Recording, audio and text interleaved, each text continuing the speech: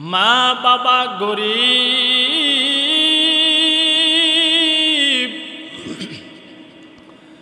মা বাবা গরিব, বাবা রিক্সা চালায়, রিক্সা চালাইয়া চালাইয়া ওই গরিব সংসারটা আব্বাজান চালায়। ওই বৃদ্ধ ওই বাবার ঘরে, রিক্সা চালক বাবার ঘরে একটা মাত্র পুত্র সন্তান আল্লাহ দান করেছে। মা বাবার মনে মনে মনের মধ্যে বড় আশা, ওই সন্তানকে বড় হইলে লেখাপড়া করাইয়া মানুষের মতন মানুষ বানাবে। সন্তান যখন বড় হয়ে যায়, মা বাবা দুজন পরামর্শক্রমে সন্তান যখন লেখাপড়া করার মতন বয়স হয়ে যায়, প্রাইমারি স্কুলের মধ্যে সন্তানকে ভর্তি করাইয়া দেয়। ওই সন্তানের মেধা শক্তি বড় ভালো, বড় ভালো, বড় ভালো হওয়ার কারণে 1, 2, 3, 4, 5 ক্লাসের মধ্যে 1 নাম্বার হয়ে যায়। 5 পরীক্ষা যখন দেয়, বৃত্তি পরীক্ষা দেওয়ার সময় ভালো রেজাল্ট করে, মা ওই রিক্সাওয়ালার স্বামীকে ডেকে ডেকে বলে, ও স্বামী আমার, এই সন্তানকে আটকায় লাভ নাই, তারে হাই স্কুলে ভর্তি করাইয়া দাও। সন্তানকে হাই স্কুলে যখন ভর্তি করাইয়া দেয়, আরো 5 বছর লেখাপড়া করার পরে সন্তান যখন মেট্রিক পরীক্ষা দেয়, এসএসসি পরীক্ষা যখন সন্তান দেয়, পরীক্ষার মধ্যে ভালো রেজাল্ট সন্তান করে। এসএসসি পরীক্ষা দেওয়ার পরে যখন ভালো সন্তানের রেজাল্ট হয়ে যায়, ভালো রেজাল্ট হওয়ার পরে সন্তানের মা ডেকে ডেকে বলে, স্বামী আমার, এই সন্তানকে কলেজে ভর্তি করাইয়া দাও, ভালো যেহেতু যেন শক্তি রেজাল্ট বড় ভালো করে, এই সন্তানকে যদি পড়াও, আর এই সন্তান যদি মাস্টার্স পর্যন্ত পড়তে পারে, সরকারি ভালো একটা ডিপার্টমেন্টে চাকরি নিবে, ওই চাকরি নেওয়ার পর অনেক টাকা মাসিক ইনকাম করবে, তখন তোমার আমার দুঃখ থাকবে না, তোমার আমার সংসারে আল্লাহ তাআলা শান্তি দান করবে। রিক্সাওয়ালা বাবা ডাক দিয়ে বলে, ও বিবি আমার, রিক্সা চালাইয়া চালাইয়া কষ্ট করে করে সংসার কোনো মতে চালাই, এখানের মধ্যে সন্তানের লেখাপড়ার খরচ আমি কেমন ভাবে আঞ্জাম দেব? সন্তানের মা মানে না, বাবারে বুঝাইয়া সন্তানকে ওই কলেজের মধ্যে ইন্টারমিডিয়েটের মধ্যে ভর্তি করাইয়া দেয়। সন্তান ইন্টারমিডিয়েট যখন পড়ে নেয়, ইন্টারমিডিয়েটের পর ফাইনাল পরীক্ষার মধ্যে সন্তান ভালো রেজাল্ট করে। এবার মা ডাক দেয়া বলে, ও সন্তানের বাবা, সন্তানকে আটকায় লাভ নাই, এই সন্তানকে কলেজের মধ্যে তারে অনার্সে ভর্তি করাইয়া দাও। সন্তানকে অনার্সের মধ্যে ভর্তি করাইয়া দেয়। এই দিকে বাবা দিন দিন যাই বৃদ্ধ হয়ে যায়, আগের মতো রিক্সা চালাইয়া ভালো কোন ইনকাম বান্দা করতে পারে না, অনেকগুলো টাকা বান্দাকে দিতে হয়। এইভাবে ওই রিক্সাওয়ালা বাবার সন্তান যখন সে অনার্স পাস করে নেয়, এবার বান্দাকে ঢাকা বিশ্ববিদ্যালয়ে ভর্তি করে দেয়। সন্তান অনার্স পাস করার পরে মাস্টার যখন পড়বে, অনেকগুলো টাকা পয়সার প্রয়োজন। রিক্সাওয়ালা বাবা অনেক পরিশ্রম করিয়া 3 বেলার মধ্যে 2 বেলা খেয়ে আবার দুবেলার মধ্যে এক বেলা খাইয়া, কোনোদিন খেয়ে কোনদিন না খাইয়া টাকা পয়সা জোগাড় করিয়া সন্তানকে মাস্টার্সের মধ্যে ভর্তি করাইয়া দেয়। সন্তান ঢাকা শহরের মধ্যে লেখাপড়া করে, মা বাবা কঠোর পরিশ্রম করিয়া সন্তানকে টাকা দিয়া ওই সন্তানকে লেখাপড়া করায়। সন্তান লেখাপড়া করে করে যখন মাস্টার্সের পরীক্ষা দেয়, ভালো রেজাল্ট যখন সন্তান করে ফেলে, ভালো রেজাল্ট করার পর সন্তান ভালো ছাত্র, ভালো ফলাফল করার কারণে ওই সন্তান ঢাকা শহরের মধ্যে মস্ত বড় একটা কোম্পানির মধ্যে চাকরি নিয়ে নেয়। মস্ত বড় কোম্পানির মধ্যে যখন চাকরি নেয়, ভালো তার বেতন, অনেক ভালো তার বেতন। কিন্তু বান্দা চাকরি নেওয়ার পরে ওই যে গ্রামের মধ্যে রিক্সাওয়ালা বাবা, ওই যে জনম দক্ষিণে আম্মা জানের কথা ভুলে গেছে। ওই বান্দা ঢাকা শহরে কলেজে যখন লেখাপড়া, বিশ্ববিদ্যালয় লেখাপড়া যখন করতো, সুন্দর রমণী একটা মেয়ের সাথে তার সম্পর্ক ছিল। যখন চাকরি নিয়ে নেয়, ওই আল্লাহর বান্দা ওই প্রেমিকা মেয়েটাকে বিবাহ বন্ধনে আবদ্ধ হয়ে যায়। এবার ঢাকা শহরে ভালো নামি দামি একটা ফ্ল্যাট বাসা ভাড়া নিয়া ওই বিবেকে নিয়ে সন্তান থাকে। কিন্তু এই দিকে রিক্সাওয়ালা বাবা, ওই দিকে জনম দক্ষিণে আম্মা জানের কথা ভুলে গেছে। মার খবর নেই না, বাবার খবর নেই না।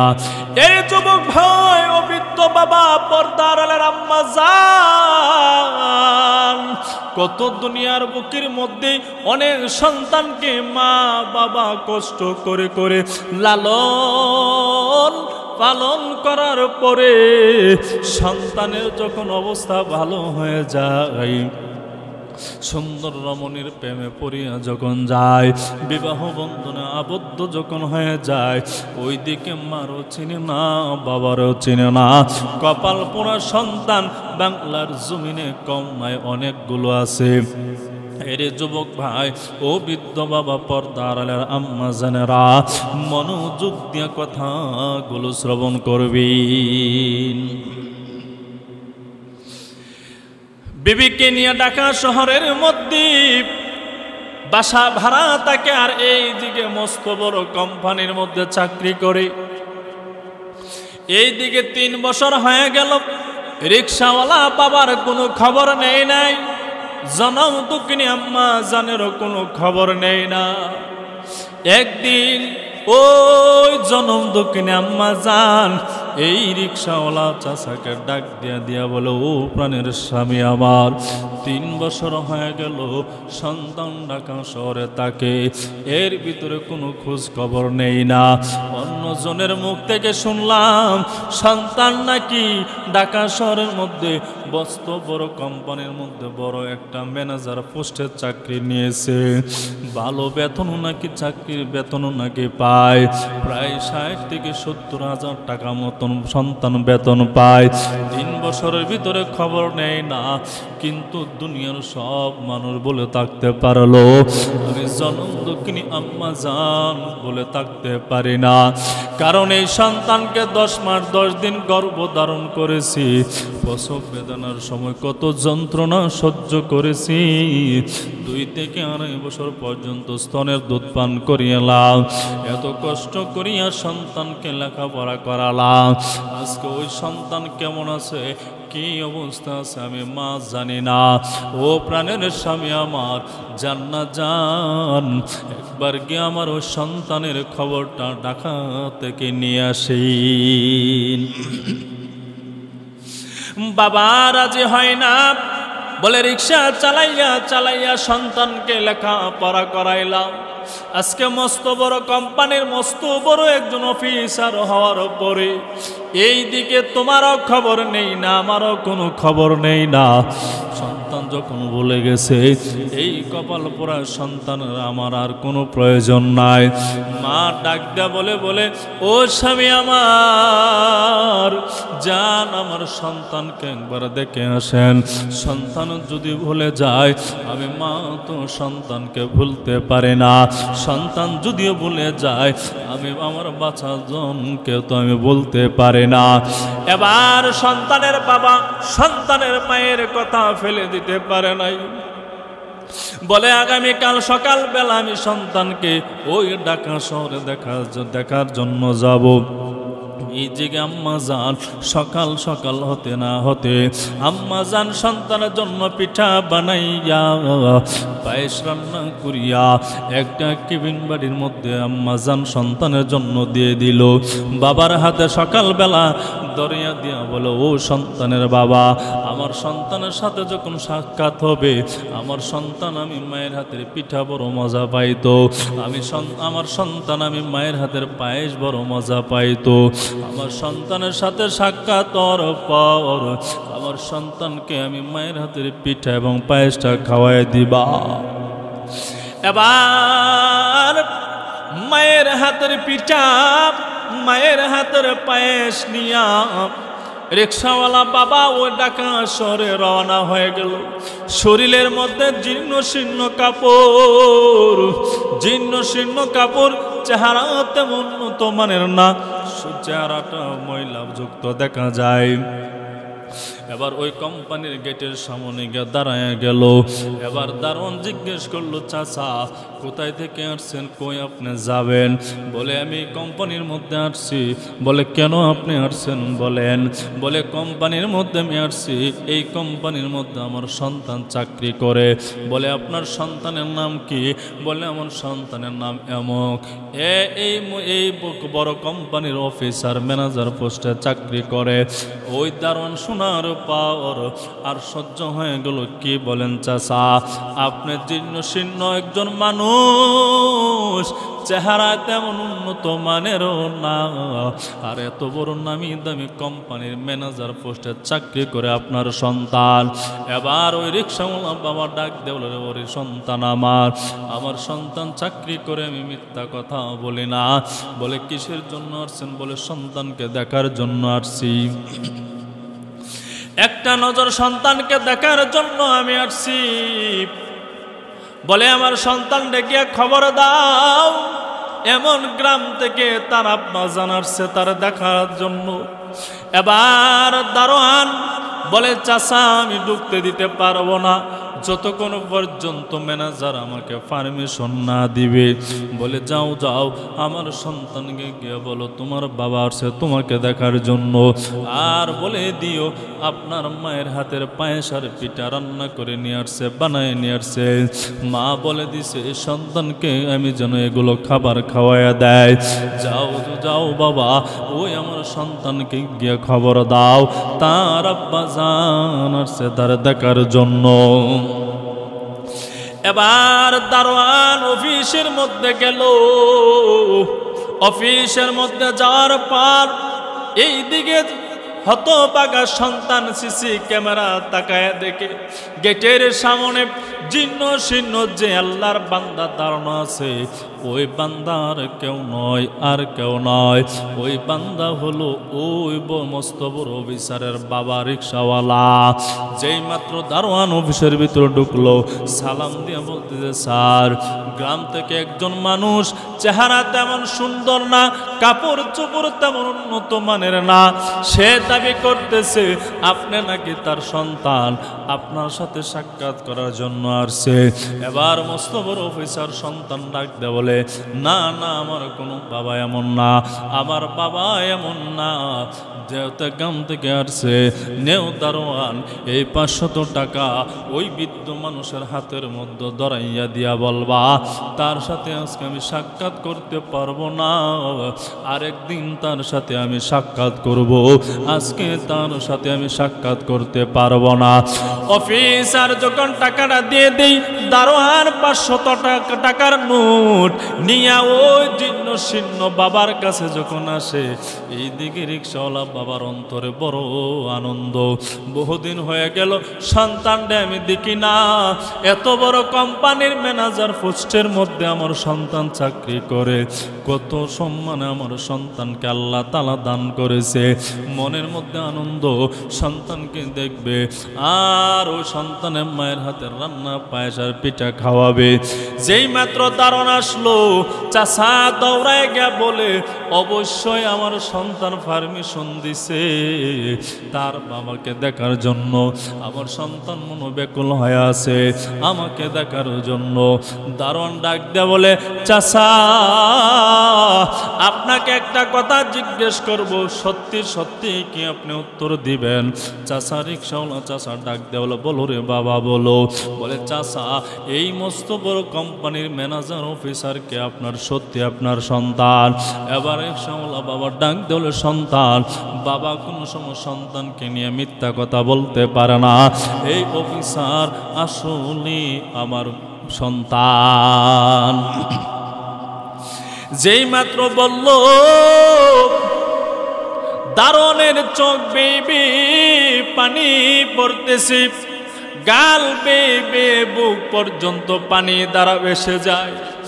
রিক্সাওয়ালা আব্বা জান চাচা ডাক দা বলে, ও সন্তান তুমি কেন কাঁদো? দারোয়ান ডাক দা বলে, চাচা আজকে আপনার সন্তান সিসি ক্যামেরা দিয়ে আপনাকে দেখেছে। আপনি যখন পরিচয় দিলেন, আমি পরিচয় নিয়ে যখন আপনার সন্তানের কাছে আমি উল্লেখ করলাম, 500 টাকার নোট আমার হাতের মধ্যে দিয়া বলে, যাও গিয়া বলো আজকে তার সাথে দেখা করার আমার সুযোগ নাই, আমার অনেক কাজের চাপ। তাকে বলে দাও যেখান থেকে আসছে সেখানে যেন চলে যায়। ও চাচা আমি কেন কাঁদি জানেন? কেন বাবা কাঁদো? বলে, চাচা আমার কপাল বড় ভালো, বড় ভালো। কেমনে রে বাবা তোমার কপালটা বড় ভালো হলো? বলে, আমি একজন সাধারণ একজন দারোয়ানের চাকরি করি। ঢাকা শহরে দারোয়ানের চাকরি কত টাকার বেতন হতে পারে? এই বেতন দিয়া গ্রামের বাড়িতে আমি পাঠাইয়া দেয়। এই টাকা থেকে আমার আব্বাজান চলে, আমার আম্মাজানও চলে, আমার বিবির আমি লালন পালন করে, আমার ছেলে মেয়েকে আমি লালন পালন করি। এই টাকা থেকে আমার ঢাকা শহরে বাসা ভাড়া দেয়, আমার 3 বেলার খাবারের ব্যবস্থা হয়। আমি এই সামান্য টাকা দিয়া আমার মার লালন পালন করতে পারি, আমার আব্বা জানের লালন পালন করতে পারি। আমার কপালটা কত ভালো, কত ভালো। ও চাচা নেন 500 টাকা আপনার সন্তান দিয়ে দিছে, আপনি ভাড়া দিয়ে বাড়িতে চলে যেতেন। রিক্সাওয়ালা আব্বা জান ডাক দেয়া বলে, বাবা তারে জীবনে কত টাকা দিলাম, আজকে 500 টাকা আমার প্রয়োজন নাই, আমার পকেটে বাড়িতে যাওয়ার ভাড়া আছে, আমি ভাড়া দিয়ে বাড়িতে যেতে পারবো। বাবা যখন বাড়িতে রওনা হয়ে যায়, দরজার মধ্যে আম্মা জান দাঁড়াইয়া আছে, আমার সন্তানের খবর নিয়ে আসবে আমার স্বামী, আমার সন্তানের ভালো খবর নিয়ে আসবে। মা দরজার মধ্যে দাঁড়ায় আছে।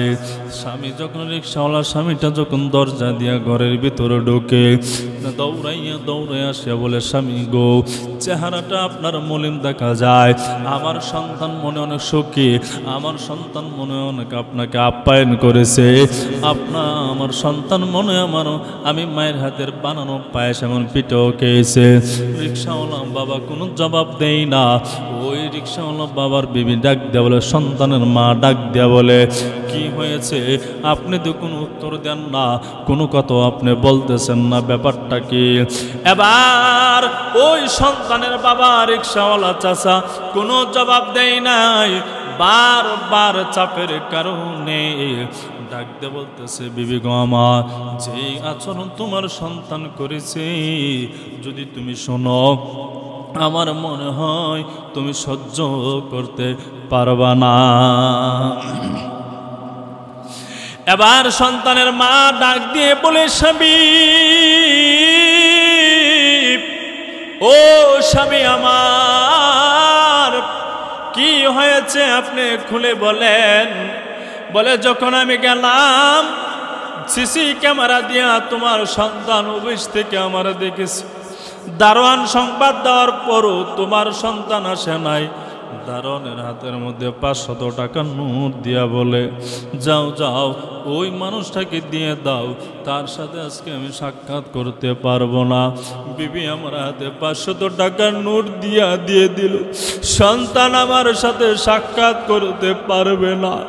এ বিবি আমি 500 টাকা আনি নাই, ওই সন্তানকে না দেখে তোমার হাতের বানানো পায়েস আর পিঠা না খাওয়ায় আমাকে ফেরত আসতে হয়েছে।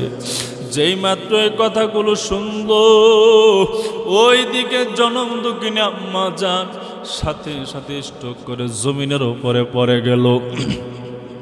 দৌড়াইয়া ডাক্তারের কাছে নিল, ওষুধপত্র সামান্য পরিমাণ কিছু খাবার দাবার খাওয়ানোর পরে ডাক্তার ডাক দেওয়া, চাচা মহিলাকে আপনি নিয়ে যান, বেশি দিন হয়তো বা বাঁচবে না, যা পারেন ভালো বুড়া খাওয়ায় তার খাওয়াইয়া দেন।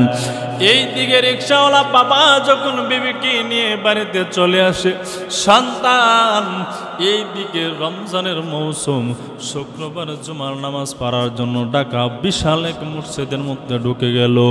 ওই দিনের মসজিদের খতিব সাহেব মাতা পিতার হক সম্পর্কে যখন বয়ান করতেছে, মাতা পিতার হক সম্পর্কে যখন বয়ান করতেছে, সন্তানের কলিজার মধ্যে যখন ধাক্কা লেগে যায়, সন্তান কপালের মধ্যে হাত দিয়া বলে, হাই রে হাই, জীবনে কি ভুল করলাম।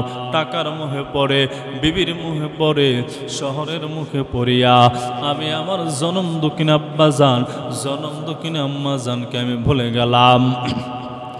সন্তান জুমার নামাজ শেষ করিয়া বাসায় আর যাই নাই, বড় এক মার্কেটের মধ্যে ঢুকিয়া আব্বা জানের জন্য পাঞ্জাবির কাপড় লুঙ্গি, মায়ের জন্য দামি দামি শাড়িগুলো কিনিয়া ব্যাগের মধ্যে ভরিয়া সন্তান রওনা দিল। কুমিল্লার শহরে যাবে, কুমিল্লার শহরে আল্লাহর বান্দা যুবক সন্তান যাবে। রওনা দিয়ে দিল, রওনা দিয়ে গভীর রাত ওই কুমিল্লা শহরের স্টেশনের মধ্যে যখন নেমে যায়, বিবি ফোন দে, স্বামী গো কই তুমি, আজকে তো অনেক রাত হয়ে গেল, এখনো পর্যন্ত কেন তুমি আসো নাই? স্বামী ডাক দিলে, বিবি আর কোনোদিন মনে হয় ফিরে আসবো না। আমি আমার মায়ের মনে কষ্ট দিয়েছি, আব্বা জানের মনের মধ্যে অনেক কষ্ট দিয়েছি, তোমার ভালোবাসার ফান্দে ফরিয়া আমি আমার মার কাছে যাই, বাবার কাছে যাই, ক্ষমানি পাই। যেই মাত্র ট্রেন থেকে নামিয়ে স্টেশনের মধ্যে নেমে গেল, গভীর রাত হয়ে গেল, কোনো গাড়ি ঘোড়া নাই। একজন স্টেশনের মধ্যে দাঁড়ায় আছে, জিজ্ঞেস করলেন, চাচা আমি এমন গ্রামে যাব, এমন জায়গার মধ্যে যাব, কোনো গাড়ি নিয়ে পাওয়া যাবে, কোনো গাড়ির নিয়ে ব্যবস্থা করা যাবে? চাচা ডাক দিলে, কোনো গাড়ির তো ব্যবস্থা নাই, তবে রে বাবা এমন একটা জায়গার মধ্যে যাও, আশা করি একজন বৃদ্ধ মানুষ আছে, ওই মানুষটা রাতের বেলায় টিপ মারে, দিনের বেলা টিপ মারিয়া যা পায় তা দিয়া সংসার চলে কোনো স্রোত, আর রাতের বেলায় টিপ মারিয়া ওই টাকা দিয়ে ওই বৃদ্ধ মানুষের স্ত্রীর চিকিৎসা করায়। শুনেছি ওই সন্তান, ওই বৃদ্ধ বাবার নাকি শহরে একজন ছেলে আছে, মস্ত বড় কোম্পানি একজন চাকরি করে, ওই কপাল পুরো সন্তান নাকি মার খবর নেই না, বাবারও খবর নেই না। বলে চাচা কোথায় গিয়ে পাবো? বলে ওই কোনার মধ্যে যাও, হয়তো বা সেখানে তুমি পেতে পারো। সন্তান যখন যায়, যাওয়ার পরে তাকায় দেখে চাদর দিয়া মাথাটা শরীরটা ডাকিয়া বসে আছে। সালাম দিয়া বলতে, চাচা এমন জায়গা যাব, আপনাকে যাবেন? যেই মাত্র বলল, সন্তানের কণ্ঠ শোনার পর বাবা বুঝে ফেলল এ আর কেউ নাই, এ আমার কপাল পোড়া মস্ত বড় অফিসার সন্তান। বলে চাচা এমন জায়গায় যাবেন? বলে হ্যাঁ হ্যাঁ আমি যাব। বলে চাচা কত টাকা ভাড়া দিতে হবে বলেন। বলে বাবা জীবনে কত টাকা কামাই করেছি, কত মানুষের কাছ থেকে ভাড়া নিয়েছি, আজকে হয়তো বা তোমার কাছ থেকে কোনো ভাড়া নেব না। সন্তান যখন উঠল যায় আর যায়, বলে চাচা তাড়াতাড়ি চালান, জোরে চালান, আমাকে তাড়াতাড়ি যেতে হবে। সন্তানকে দেখে চিনে ফেলেছে, কিন্তু বাবারে কিন্তু সন্তান চিনে নাই, মুখের মধ্যে চাদর দিয়া ডেকে আছে। এবার বারবার তাকিন দিয়া বলে তাড়াতাড়ি চালান, তাড়াতাড়ি চালান, আমাকে যেতে হবে। এবার ওই রিক্সাওয়ালা বাবা ডাক দেওয়ালে, সন্তান এত তাড়াহুড়া কেন করতেছো? বলে চাচা আর বলিয়েন না, দুঃখের কথা বলবো কেমন করিয়া। আমার বাবা আপনার মতন একজন রিক্সা চালক বৃদ্ধ হয়ে গেছে, রিক্সা চালাইয়া চালাইয়া আমার লেখাপড়া করেছে। আমি ঢাকা বিশ্ববিদ্যালয়ে লেখাপড়া করলাম, মাস্টার্স পাস করিয়া ভালো ডিপার্টমেন্টে একটা চাকরি নিয়া আমি আমার মার খবর নেই নাই, আমি আমার বাবার খবর নেই নাই, সুন্দর বিবির পেছনে পড়িয়া। ও চাচা, আমার বাবা 3 বছর পর্যন্ত পরে আমার বাবা গেছিল আমাকে দেখা করার জন্য। আমি আমার বাবার সাথে সাক্ষাৎ করি নাই, নিজের মান ইজ্জতের দিকে তাকাইয়া, প্রেস্টিজের দিকে তাকাইয়া আমি আমার বাবার সাথে সাক্ষাৎ করি নাই। আমি বড় অন্যায় করে ফেলেছি, আমি বড় অপরাধ করে ফেলেছি। আমি আমার মার কাছে গিয়ে ক্ষমা চাই, আমি আমার বাবার কাছে গিয়ে তাড়াতাড়ি ক্ষমা চাই। এই ক্ষমা যদি না পাই, আর এই বোঝা নিয়ে যদি দুনিয়াতে আমার মা বাবা যদি চলে যায়, কপাল পোড়া সন্তান আমি ধ্বংস হয়ে যাব। জাহান্নামের আগুন আমাকে গ্রেফতার করে ফেলবে, জাহান্নামের আগুন থেকে আমি বাঁচতে পারবো না। এবার রিক্সাওয়ালা বাবা মুখ থেকে চাদরটা সরাইয়া বলে, ওরে সন্তান, এই রিক্সাওয়ালা চাচার কেউ নাই, এই রিক্সাওয়ালা চাচা হলো তোমার ওই রিক্সাওয়ালা বাবা। যেই মাত্র বাবাকে দেখলো, সন্তান বাবাকে বুকে জড়ায় নেয়, বাবা সন্তান, সন্তানকে সন্তানও বাবাকে বুকে জড়ায় নেয়। বলে আব্বা জান আর দেরি করো না, মাফ করে দেন, মাফ করে দেন। চলেন চলেন আমার আম্মা জানের কাছে তাড়াতাড়ি চলেন। মার কাছে দৌড়ায় যায়।